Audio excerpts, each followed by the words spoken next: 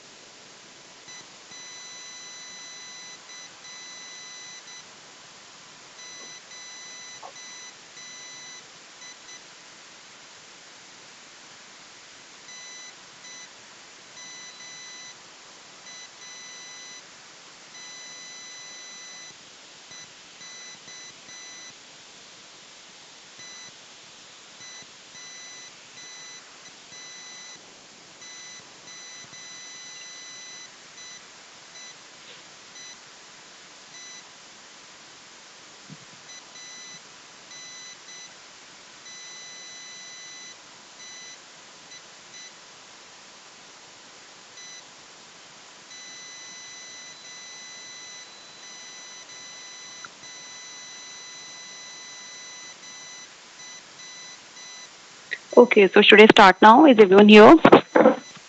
Almost two.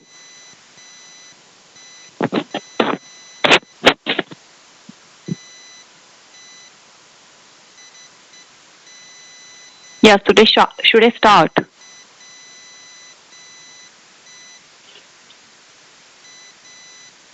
Okay. So today we'll be discussing three cases. These are all in the category of chronic myelolymphoproliferative neoplasms, chronic lymphoproliferative neoplasms. Okay. So I'll be giving you a history, and based on that, you'll have to answer questions. Okay. So this is the first question. This is the first case. Uh, so as you can see, a 50-year-old male presented with mild on and off fever for 6 months, loss of appetite, weight loss, and abdominal discomfort for 6 to 8 months. So there is no history of tuberculosis and there is no other comorbidity.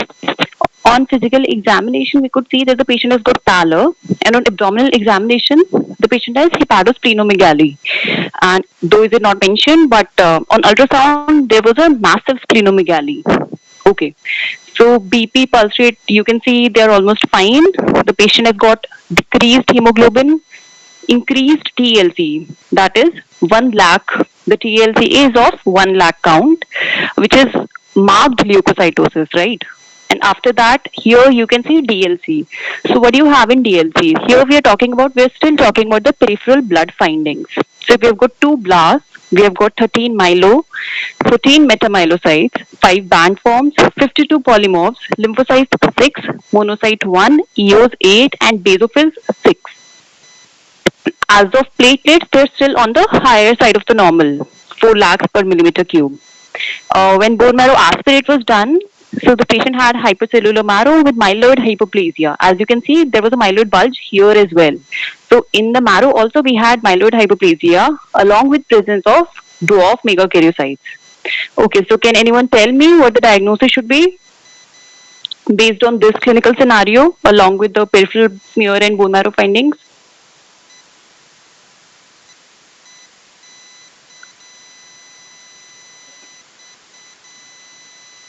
Yeah, okay. So two people have answered that it might be CML. So what were the points in favor of CML? So one thing was massive splenomegaly. Even though there are other causes of massive splenomegaly, but CML per se has almost always massive involvement of the spleen. Okay, so why is there splenomegaly in CML? Can anyone answer it?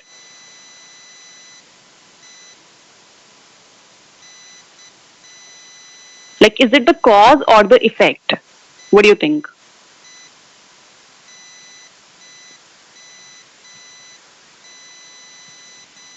Okay, yeah, is it? It's a effect.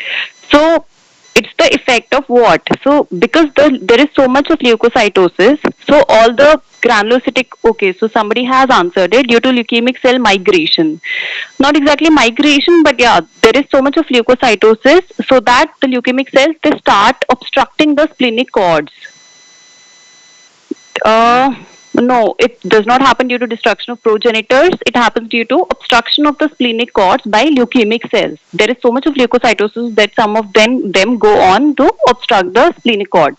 Because of that, we get massive splenomegaly. And okay, and what about the blast count? Does it tell you something here?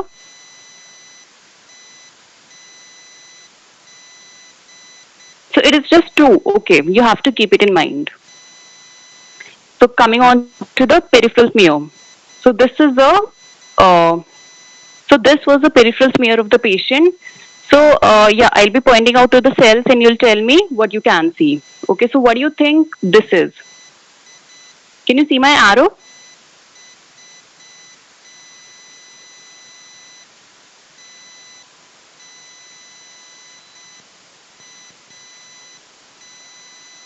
Yeah, so anyone, what is this cell? Okay. Okay, so I have got like two answers. And now what do you think this cell is? This cell, there is a hint, there is a indentation here.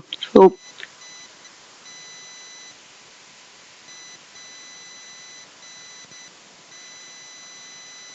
this cell.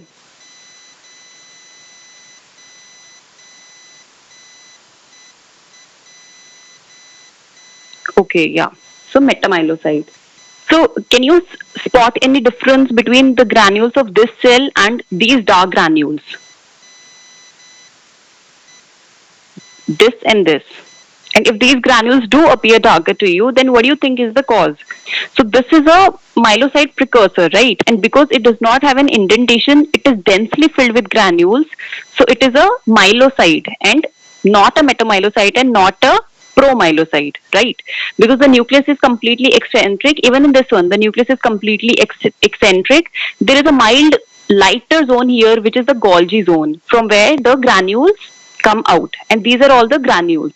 Now, what I want you to tell me is, what do you think these are precursors of? Like, my, in the myeloid lineage, we have got neutrophils, basophils, and eosinophils, right? So these granules are eosinophilic. These are so this is how eosinophilic granules appear in GM sustain. Okay, so these are eosinophilic precursors. This one, this one, and this one. So here we can see that in this peripheral smear, there is marked increase in myelocyte precursors. So these are myelocyte even of eosinophilic origin, but these are still myelocytes. This is a myelocyte, this is a myelocyte, this is a metamyelocyte, this is a metamyelocyte, this is a metamyelocyte. All these are neutrophils. Okay. So, and this cell, this is a blast. So you can see three nucleoli. You can see high NC ratio, and the and the chromatin is a bit opened up as compared to the other cells. Okay. So this is a classical peripheral smear finding of CML, and as you can see, the TLC does appear to be increased here. Okay.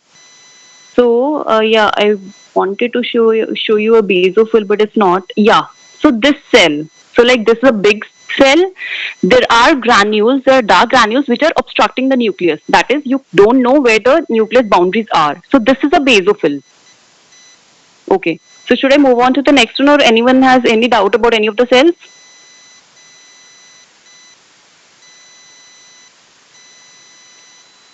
Okay, sure. Should I move ahead?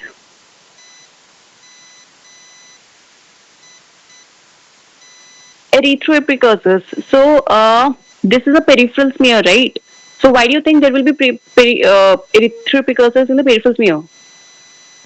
Erythroid precursors are normally seen in a bone marrow aspirate, or they are seen in a peripheral smear when there is some abnormality in the RBC Wella system. But here we are talking about CML. So all these are normal RBCs, but no, we cannot see any erythroid precursors.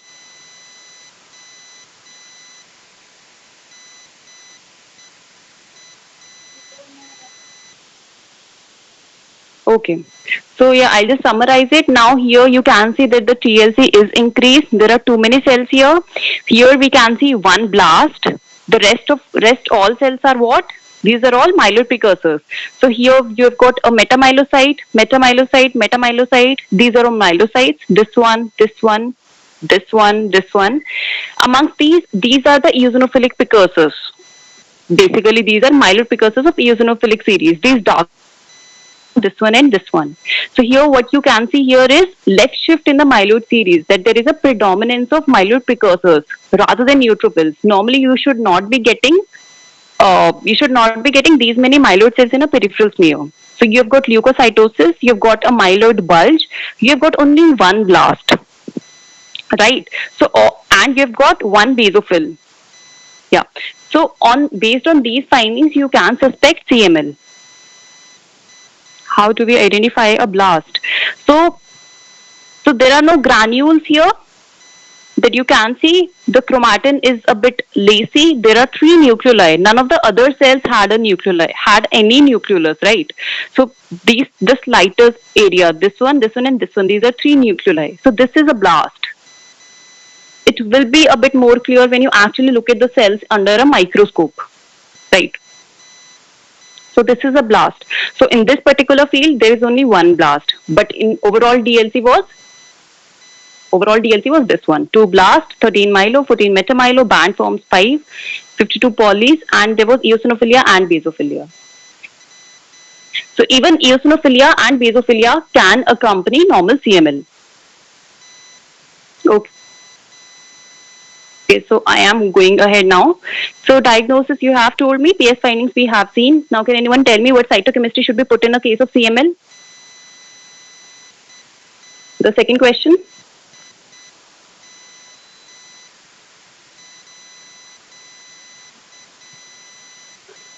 You actually we have our separate books and separate books. So label peripheral slides actually I don't know. You can try in the one that is of Dr. T Singh, but even in them I'm not sure how many pictures are there. You can always Google it though. Google Pay you will get easily pictures of CML. Okay. Yeah. So what cytochemistry should be put in a case of CML? What additional test would you like to do? Anyone?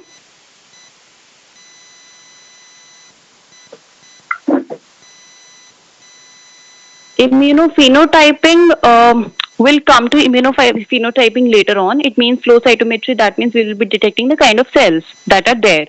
But in this case, we are almost 90% sure that these cells are of myeloid precursors. So we can't really immunophenotype them. MPO will highlight somebody has answered MPO, so MPO will highlight the myeloid cells. That is true. But as such, have you heard of NAP score or LAP score? Neutrophil alkaline phosphatase. So in this, we should be doing NAP score. What do you get? What is the finding of NAP score in the case of CML? Is it high or is it low?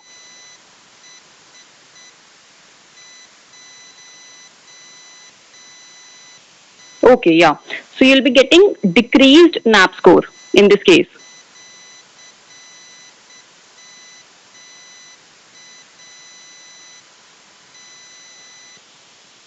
So NAP score is basically done in order to differentiate CML from a normal leukemoid reaction. That is, when you have increased TLC, sometimes the patient has got such infection. Sometimes when the patient has sepsis and increased infection, in that case you get leukocytosis. So in that leukocytosis, sometimes the marrow proliferates to such an extent that even in that you can get a myeloid bulge.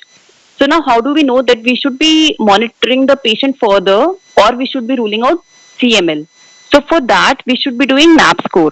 So in a case of leukemoid reaction or increased leukocytosis myeloid bulge, will get a NAP score will be increased. But in CML, NAP score will be low. So that's how we know that it is pointing towards CML, and further we can do genetic analysis. Okay. So what will be the genetic abnormality associated?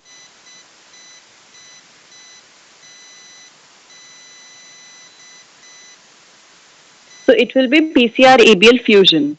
Yeah. Chromosome 922 BCR ABL fusion. Again, you should know on which chromosome do we have BCR and on which chromosome do we have ABL. Can anyone tell me?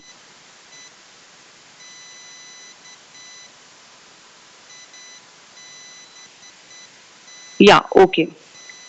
So ABL is on 9 and BCR is on 22. Okay, so this is a translocation. You should be aware of this translocation. Yeah. So this is the answer. This is chronic myeloid leukemia. NAP score will do. We'll get a low NAP score in CML, and furthermore, we'll get BCR-ABL or Philadelphia chromosome translocation in a case of CML. Okay. So next, what are the three phases of? So what do you think the phase that we saw above was? Yeah, so it was chronic phase, right? So what happens in chronic phases? Chronic phase means we will get leukocytosis, we will get some blast. Any blast? What is the cutoff? The cutoff is for chronic phase of CML. The cutoff of blast is how much? No, it is not 20. It is 10. Less than 10% may will be labeling the patient as chronic phase of CML. Then 10 to 19, we will have it as accelerated phase, and 20 or more than 20 is blast phase. So this is like basic that you should be knowing about the phases. So the basic is only on the basis of what? It is on the basis of the percentage of blast, right? But there are some other parameters which you should always also be aware of. So like here, we'll talk about chronic phase first. So there is leukocytosis, as you've already seen. The blast will be less than 10% of the WBCs, but typically they will be less than 3%. So when we say typically, we mean what do we commonly get? But as of criteria, this is the criteria. The blast have to be less than 10% of the WBC. If we talk about basophilia, so we can get basophilia and eosinophilia in CML, but the basophilia should be less than 20%. Again, basophilia of more than 20% is a criteria for accelerated phase, and you should remember that. Platelet count can be normal or increased in a chronic phase patient. Thrombocytopenia is relatively rare in chronic phase. So normally we can get thrombocytosis also in a patient of CML. Okay. So this was chronic phase. Any questions?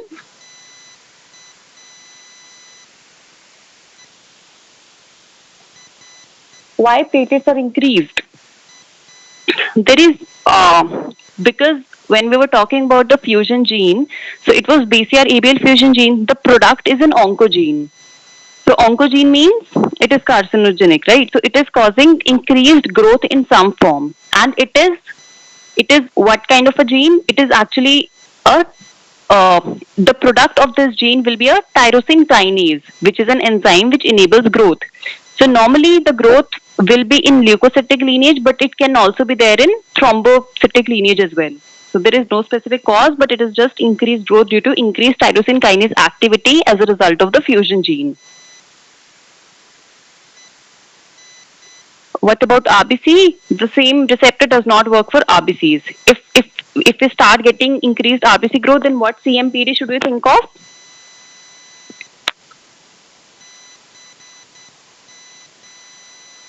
Yeah, anyone? Increased RBCs are seen in which? Yeah, so they are seen in polycythemia vera. Okay, so this was chronic phase. Next we have accelerated phase. So I could not find any criteria typed anywhere. So this is a screenshot from WHO. Yeah, so accelerated phase ka hematological or cytogenetic criteria is one thing is persistent or increasing TLC, which is unresponsive to the therapy, or persistent or increasing splenomegaly, which is unresponsive of therapy. Similarly, persistent thrombocytosis or thrombocytopenia, which is unrelated to therapy. So all these things, the patient is undergoing therapy, but still he is not responding. So that points towards that the patient might be going into accelerated phase. Then cutoff, when we talk about the cutoff, more than or equal to 20% basophils in the peripheral blood, or 10 to 19% blasts in the peripheral blood or bone marrow. So these two criteria you're usually asked, and you must remember them, the criteria of accelerated phase. Apart from that, why does accelerated phase actually occur? It occurs because whatever Philadelphia chromosome positive cells were there, they acquire additional clonal chromosomal abnormalities. That is, there might be a second Philadelphia chromosome, there might be trisomy 8 or many other trisomies, and even the karyotype might eventually be complex. So when this happens, the patient goes towards accelerated phase. So once the patient has gotten into accelerated phase, there is a chance that the patient will be getting into blast phase. So blast phase means leukemic phase. That patient is going into frank leukemia. So what happens in blast phase? The cutoff is more than 20%.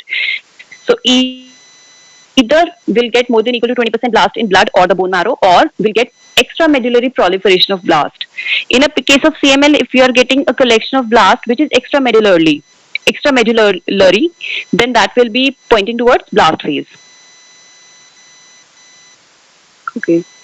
So these are all the myeloproliferative neoplasms: chronic myeloid leukemia, chronic neutrophilic leukemia, polycythemia vera, which includes growth of RBCs along with fibrosis, primary myelofibrosis, which has got primary myelofibrosis. Initially, there will be a cellular stage, which will include growth of RBCs as well as platelets, and then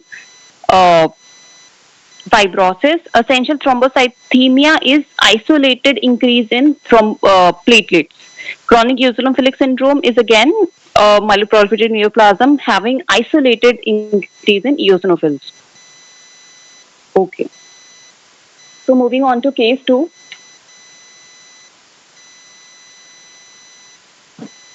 Yeah. So here we have a 65-year-old male.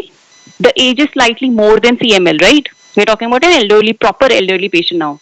So he has got easy fatigability and weight loss. So these are very non-specific complaints for 5 months, and he has no other comorbidity.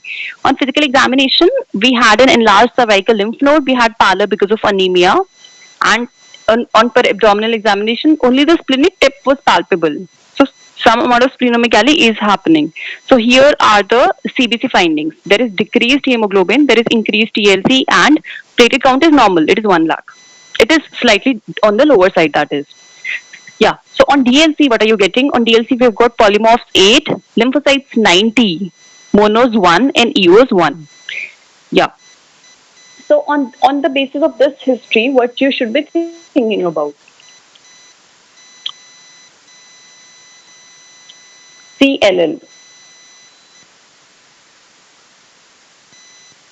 Okay. Can you really think of CLL based on this history? Till now, we have just got increased TLC and lymphocytosis. There is nothing else till now. So can you really think of CLL? So ideally, you should be so because the TLC is too much, so yes, you can think of a hematolymphoid malignancy. But if the TLC was not this, okay, just 1 second. Yeah. So if the TLC was not this much high, then probably you should have thought of infections as well. Simply lymphocytosis with thrombocytopenia and leukocytosis. It can point towards some infectious causes as well, right? Okay, I can't see your questions. Yeah. Yeah.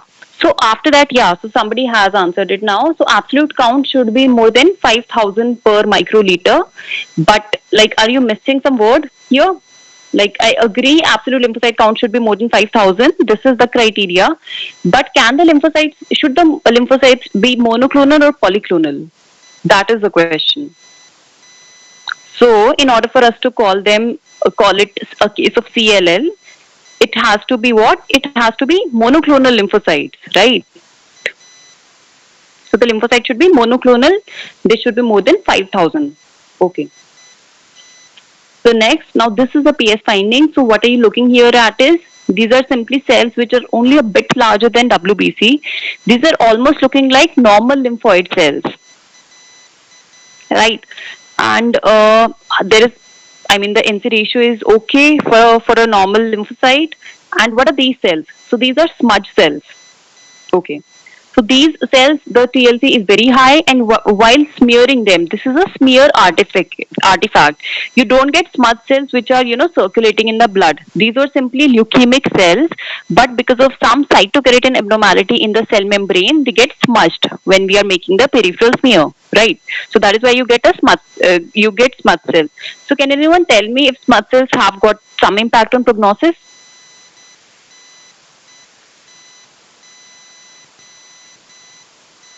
So what do you think? I mean, increased number of smudge cells will be good for the patient or bad?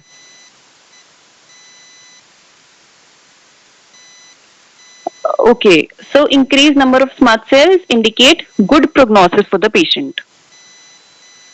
So when we talk about the patient, this is one of the things that we should look at, the percentage of smudge cells in the peripheral smear.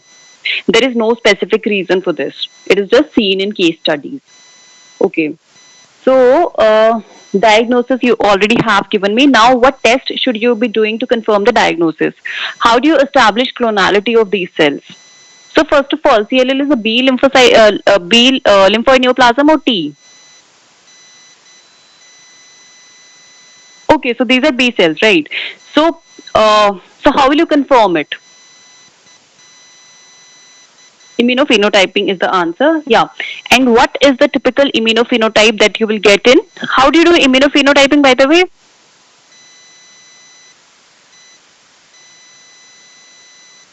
Flow cytometry. So flow cytometry, the basic principle behind flow cytometry is that we are staining the cells with antibodies, and based on that, we get various clusters of the cells, right? And the clusters are according to the markers that the cells are expressing. So, what is the typical immunophenotypic expression for a patient of CML? What are the markers? Surface marker 5. Somebody has answered. Okay.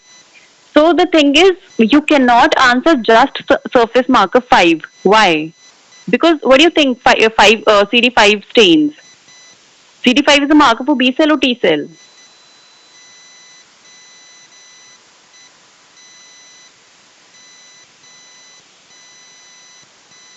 Yeah, CD5 is a marker for B cells or T cell?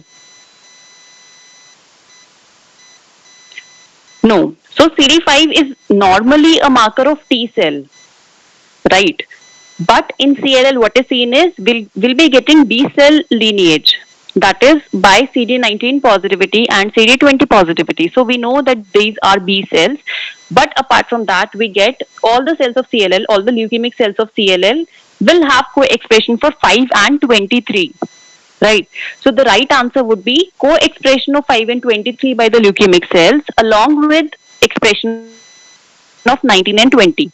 So you need to remember 5 and 23 co-expression for a patient of CLL. So that will be the right answer. Okay. So prognosis, does anyone know the name of the diagnostic criteria for prognosis in a patient of CLL? What are the staging systems called?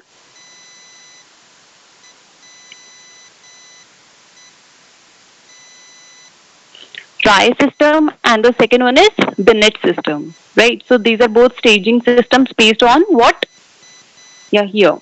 So the first system is the Binet system, second is the Rye system. In both of them, what we're looking at in Binet system, we are looking at lymphadenopathy, anemia, and thrombocytopenia. In Rye system, we are looking at anemia, thrombocytopenia, along with lymphadenopathy and hepatosplenomegaly as well. So what does Rye have that Binet doesn't? It is hepatosplenomegaly criteria, right? You should remember this. Binet and Rye system. I don't think you'll be required to learn the entire staging, but you should be knowing the names of the staging systems as well as what criteria are we looking at in these. Okay. So talking about all the lymphoid neoplasms, we've got B cell leukemia lymphoma, T cell leukemia lymphoma, NK cell neoplasms, and Hodgkin lymphoma, which is generally talked separately. So, as of the other lymphomas, you'll be taught about them in the next SGT, whatever you'll have. Okay, so coming on to the last case. Right. So, here again, we have an elderly patient. So, he comes to the emergency with altered sensorium, generalized weakness, fatigability, and lower backache for 6 months. Right. On skeletal survey, now this is the giveaway. Multiple lytic lesions are seen in skull, spine, and pelvis. So when once biochemical studies are done, we are getting what? We are getting increased calcium levels, altered kidney function test, and an altered serum albumin to globulin ratio. Right. So, like, what do you think this case is? So, yeah, multiple myeloma, okay, or a plasma cell neoplasm, which is the same thing, right? So, so here, so these are the lytic lesions. Again, this is a very favorite question of all the examiners. So these are typically the sharply punched out defects in the skull, which are the lytic lesions. Why do lytic lesions occur in a patient of multiple myeloma?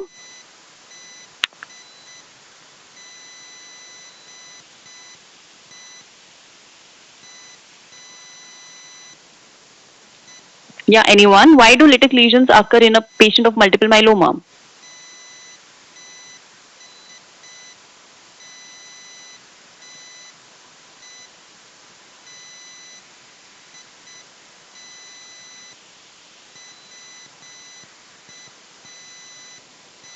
Okay.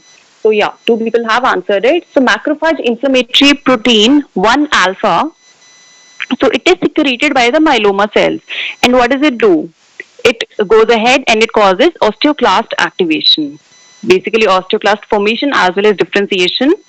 So because of osteoclast activation differentiation, you'll get these lesions, and because there is bone resorption going on, so where will be the extra calcium going? It will go to peripheral bloodstream, causing hypercalcemia. So here we have talked about one of the crab findings, one of the myeloma defining events here. Yeah, so there is lytic lesion, followed by that we get hypercalcemia. Okay, so here we'll get urine examination by Benz-Jones proteinuria, and what would proteinuria do to the kidney?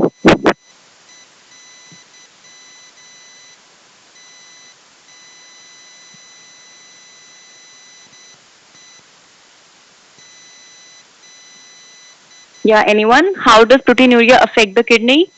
And why do we eventually get a deranged KFT?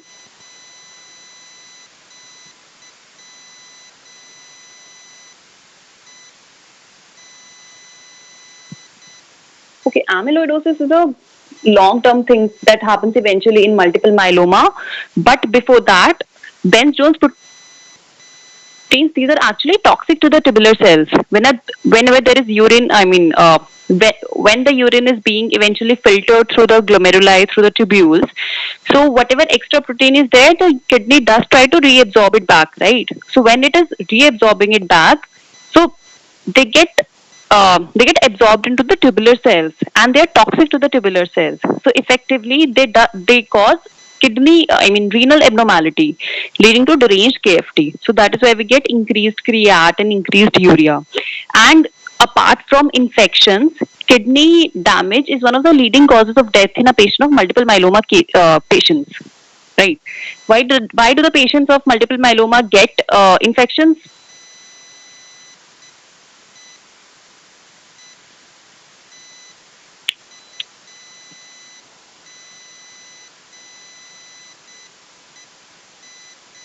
So we have talked about, okay, so in multiple myeloma patients, there is increased production of immunoglobulins, right?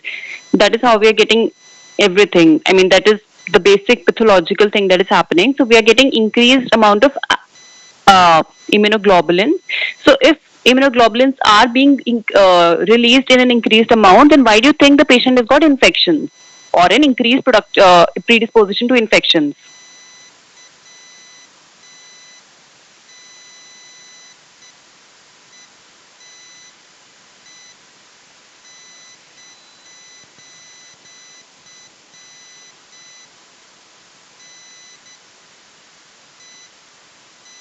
Okay, anyone?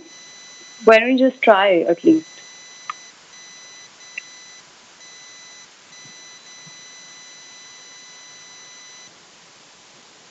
Okay, yes. So this is happening because whatever immunoglobulins are being released, these are again released by monoclonal plasma cells. So only one kind of immunoglobulin will be released, right? That is how we get the M peak. in a patient of multiple myeloma, because only one kind of immunoglobulin is released and not against the infecting organism, not against the specific infection that the patient is fighting. So, because we have only one kind of immunoglobulin release, so there are decreased production of all the other immunoglobulins as well. So, because of that, there is increased predisposition of infectious states in a patient of multiple myeloma.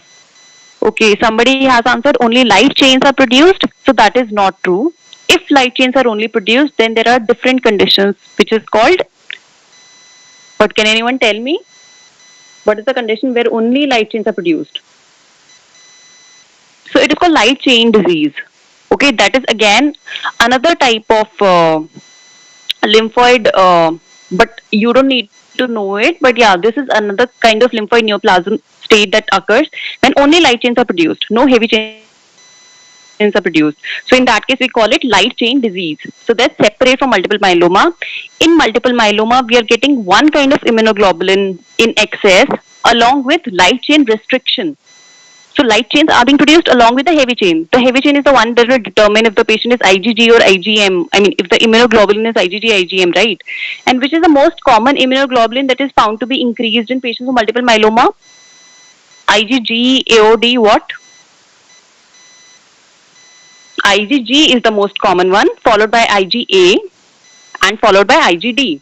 Okay, so IgG is the most common one. And along with that, we will be getting kappa or lambda restriction.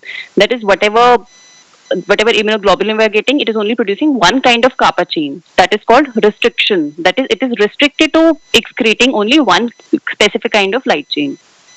Okay. So that is why the patient is predisposed to infectious conditions. So next. So what do you think you see in this peripheral smear? So these are mainly RBCs with platelets in the background. So is there an abnormality that you should be looking at here?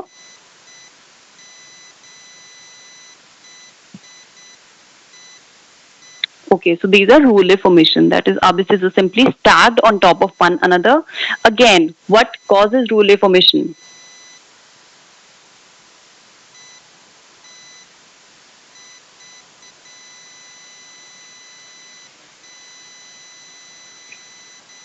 Yeah, so immunoglobulin clumping on the surface of RBCs. They lead to increased clumping of the RBCs on top of one another, not clumping, only stacking. Yeah. Okay, then. So yeah, this is a bone marrow aspiration of the concerned patient. So what are you looking at here? So these are plasma cells. How do you know these are plasma cells? They've got eccentric nucleus, a perinuclear half. That is the lighter area which is immediately surrounding the nucleus, right? And so like this is a plasma cell, this is a plasma cell.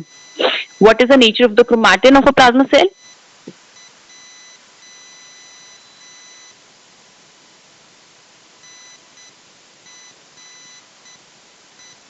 Yeah, what is the typical word that you use for the nucleus or the chromatin of a plasma cell?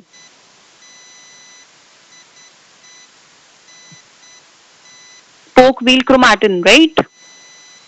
So I'm okay. So I just got the answers: cartwheel or spoke wheel chromatin, but that sadly is not visible in these pictures. Normally, you would be able to appreciate in a microscope. Okay. So this is how you describe a plasma cell. It is a round to oval cell with eccentric nucleus with spoke wheel or cartwheel chromatin, a prominent perinuclear half. Okay. And because of increased immunoglobulin productions, do you get some specific kinds of plasma cells? I mean, what are the special names? So there can be flame cells, there can be Mott cells, there can be Russell bodies and Dutcher bodies. So you should be aware of all of them and exactly what causes all of them. So flame cells are produced because of which kind of immunoglobulin?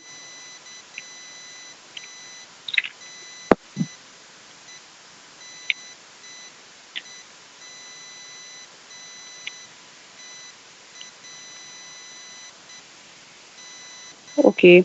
Yes, immunoglobulin, but which type? So immunoglobulin A produces flame cells. So what do Mott cells look like?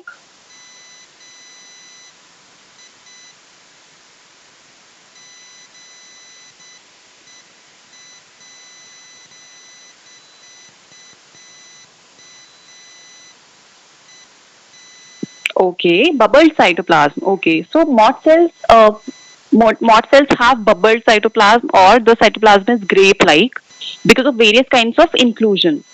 So now those inclusions can be, they can be simply, they can be fibrils, they can be crystalline rods, and so these, now if these inclusions are intracytoplasmic, we are giving them a separate name. If those inclusions are intranuclear, we are giving them a separate name. So if they're nuclear, we call them Dutcher bodies, and if they're cytoplasmic, we call them Russell bodies. Okay, so you should be familiar with all these terms, right? So moving ahead, uh, so yeah, here can you appreciate a band cell here? I was not able to show it in the previous peripheral smear. So now this is a band cell with two arms of the nucleus spread parallel to one another, right? This is a metamyelocyte. This is, it's lobated with some form of dysplasia. This is a metamyelocyte, again with an indentation and a lighter Golgi zone right above the nucleus. This is a metamyelocyte, and these are all plasma cells. Okay, so moving ahead. Yeah. No, this picture doesn't have any Dutcher bodies or Russell bodies. They are very characteristic. I mean, you can simply Google them, you'll get good pictures. Okay. So the questions what you should be knowing about this, what are the findings from the PS? We have talked about them. The arrow was showing plasma cells in the bone marrow aspirate. Again, the plasma cells were monoclonal. So what do you think is the cutoff for multiple myeloma? What is the percentage of plasma cells that needs to be seen in bone marrow in order for us to call it multiple myeloma?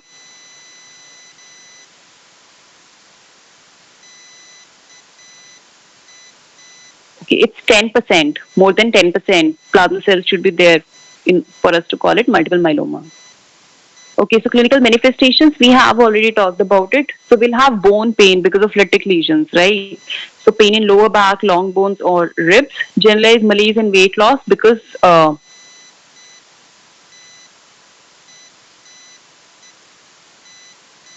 we're only producing plasma cells.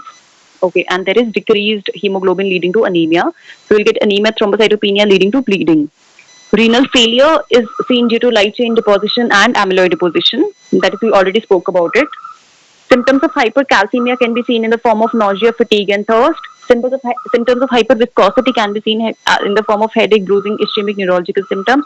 Hyperuricemia and infections can be seen. Hyperuricemia is a part of renal derangement and infection because of monoclonal immunoglobulin release, leading to decrease in production of other immunoglobulins. Other neurological symptoms can be seen like peripheral neuropathy and meningitis. Okay.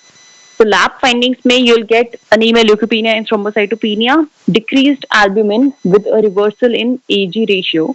So because there is globulin increase, so there is decreased albumin as well. Increased serum creatinine, uric acid, and urea, abnormal coagulation, increased serum calcium, proteinuria, which can lead to the formation of a renal cast, increased ESR, low NAPS. Okay, so this is not necessarily true. I don't know. Okay, so low NAP score, no, you don't have to learn about it in multiple myeloma. Multiple myeloma does not have low NAP score. Red cells will show Roulet formation and Bennet's protein in the urine. Okay. So diagnostic criteria, again, this is the WHO criteria. So first thing is clonal bone marrow plasma cells will be more than equal to 10%. Or you should be getting biopsy proven bony or extramedullary plasmacytoma. That is a collection of plasma cells which are known to us to be clonal, where either in the bones or whatever extramedullary site. So even that can be diagnostic of multiple myeloma. Apart from that, we have got myeloma defining events. So myeloma defining events include four things. So first thing is there is end organ damage evidence. So that can be seen in the form of four things. CRAB. So C for hypercalcemia, R for renal insufficiency, A for anemia, and B for bony lesions. So bony lesions, what do we have? We have one or more osteolytic lesions on whatever, radiography, CT, or PET CT. In hypercalcemia, we have got, you can simply remember this cutoff. more than 11 milligram per dl. We know normal calcium levels are 10 or less than 10. So, I mean, the higher cutoff is 10. So, yeah, here, more than 11 milligram per dl hypercalcemia. Renal insufficiency, again, you can simply remember this cutoff, more than 2 milligram per dl. Anemia, you can simply remember less than 10 gram per dl. And bone lesions, we have already spoken about. So, either you have CRAB findings along with bone marrow cells more than 10, or if you don't have CRAB, then the bone marrow percentage has to be more than 60%. So, if this is there, then you don't need any other criteria. Right. Apart from that, we have just one second. Yeah. Apart from that, involved to uninvolved serum free light chain ratio should be more than equal to 100. That is, involved free light chain must be more than 100 milligram per liter. That is how we know that there is kappa or lambda restriction. It does not mean that the other kind of light chain is not produced at all, because some polyclonal cells might be producing the other light chain. So that is why we have a ratio in order to determine that whatever restriction is happening, is it significant? So the ratio has to be more than equal to 100%. 100. Apart from that, we've got more than one focal lesion on MRI studies, which is at least 5 mm in size. So this is the diagnostic criteria. This you need to remember the values, CRAB. Now this you can remember as okay, just one second. This you can remember as SLIM. It is S, L, and M. S for 60, L for light chain, and M for MRI. Yeah. Okay. So moving ahead. So anyone has any question about multiple myeloma?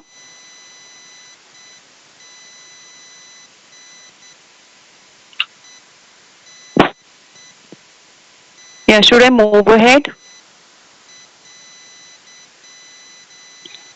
Okay. So when we talk about light chain, so what we know is light chains, till now what we've talked about is kappa or lambda restriction, right? So if we say kappa restriction, that means the monoclonal plasma cells are only producing kappa. Lambda is not being produced. So that is one pointer that the cells are clonal, right? So, and if there is lambda restriction, that means only lambda is being produced. So whatever restriction we are talking about, so those are the involved light chain. So if I'm saying lambda restriction, that means only lambda light chain is being produced by the clonal cells. However, when we are trying to specify or quantify the amount of light chains produced, then we see that some amount of the other light chain is also seen. So these can be due to polyclonal plasma cells which might be normally present in the patient. Okay. Yeah. So am I mean, can you understand it till now? Okay. Yeah. So if I'm saying lambda restricted, so that means increased amount of lambda chains are being produced by the clonal plasma cells, and kappa cells are not, kappa chains are not produced, but some amount of kappa chains are produced. So in order to quantify whether the amount of light chain is significant, in order to establish the clonality, we have got the concept of ratio.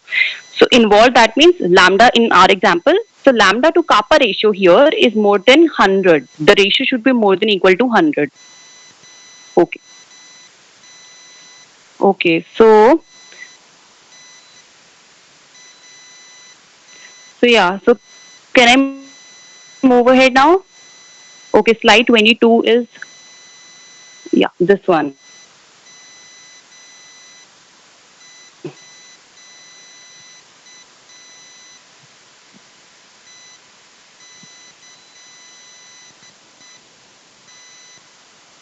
Okay, can I move ahead now?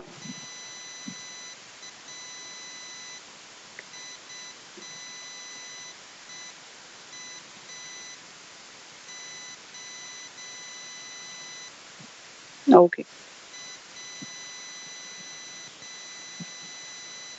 So now how will we approach myeloproliferative disorders? Yeah, so first of all, clinically, we should be looking at the age, history, hepatosplenomegaly, and pallor.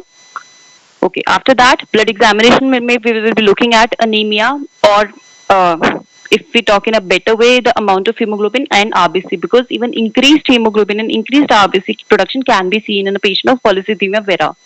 Next, we have to look at whether there is decreased or increased platelet count.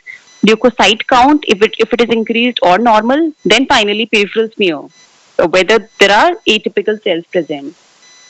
Okay. So next we should be looking at blood count, blood picture. Additional, when we talk about additional investigations, we should have immunocytochemistry. That is, we stain the cells in order to see the origin of the cells, like MPO, PAS, NAP.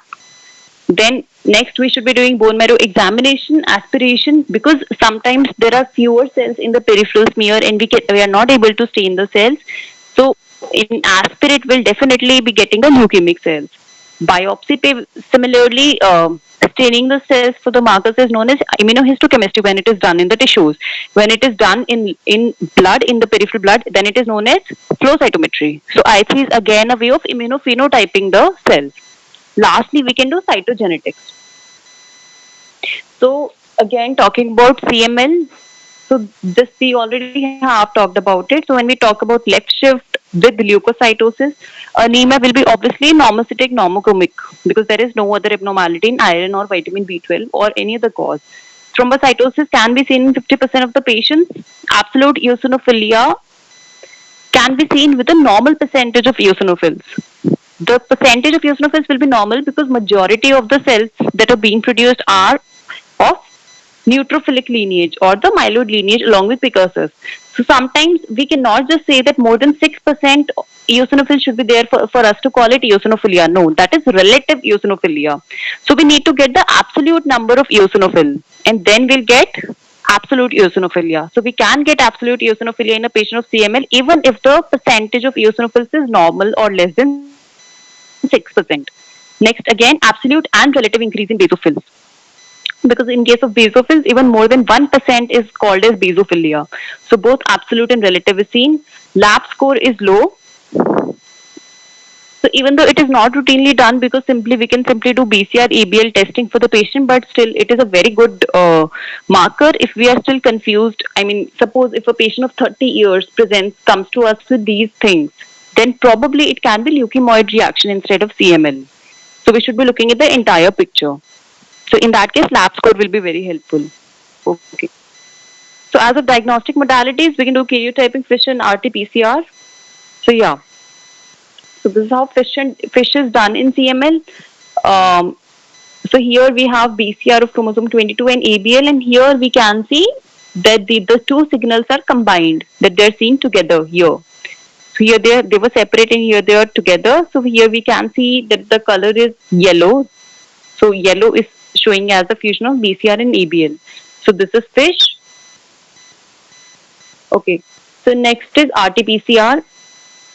Again, we don't need to go into detail. Okay.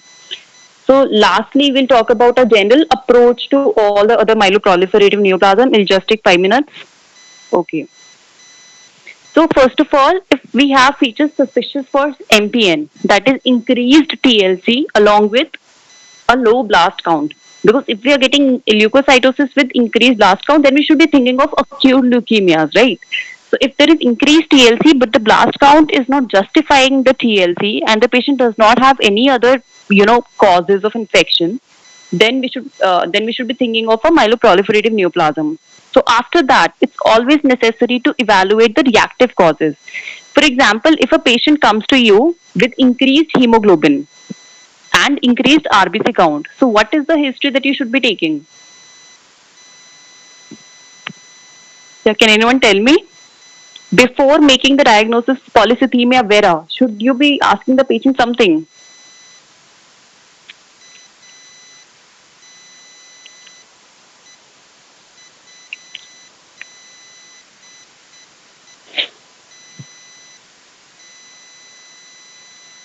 Yeah, so you should be asking about reactive causes for the polycythemia, that is increased RBC count.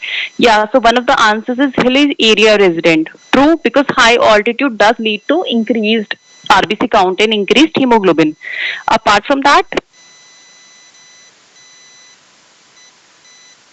erythropoietin therapy, yes. Then smokers, athletes, right?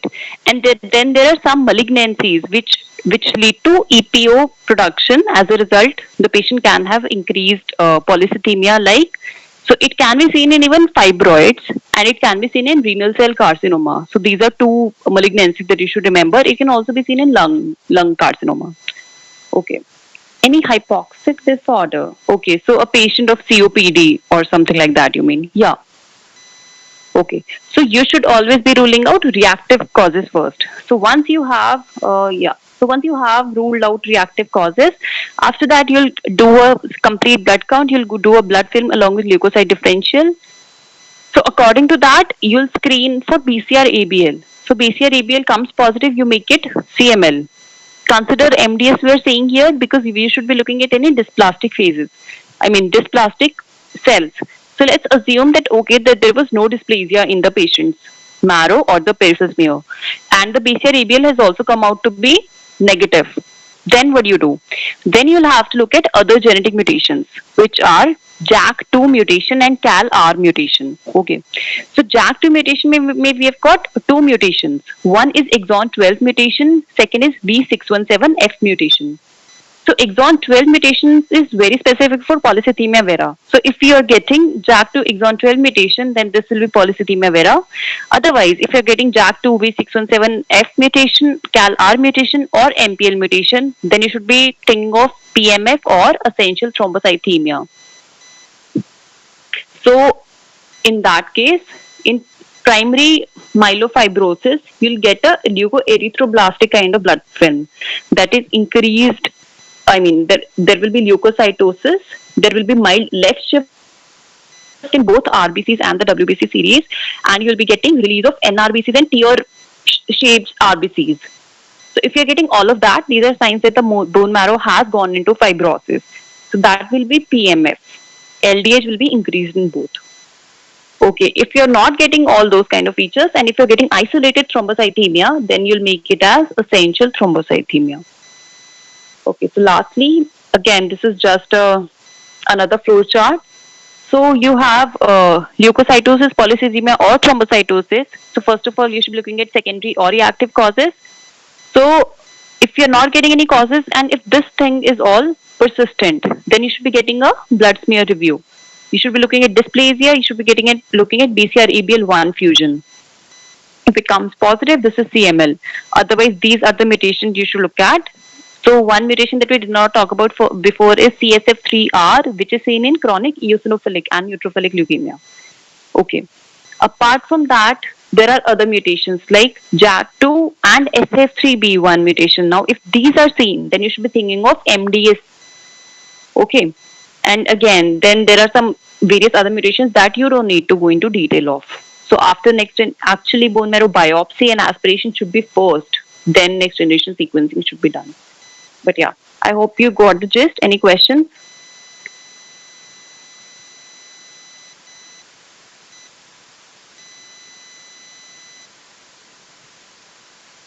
Yeah, any questions?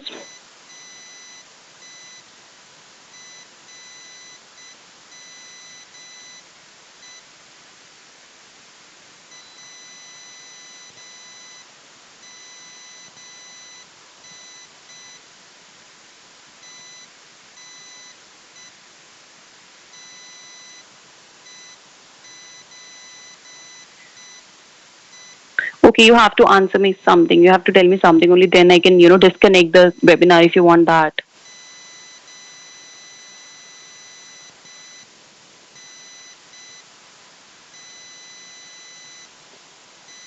Okay. Okay, thank you for listening patiently.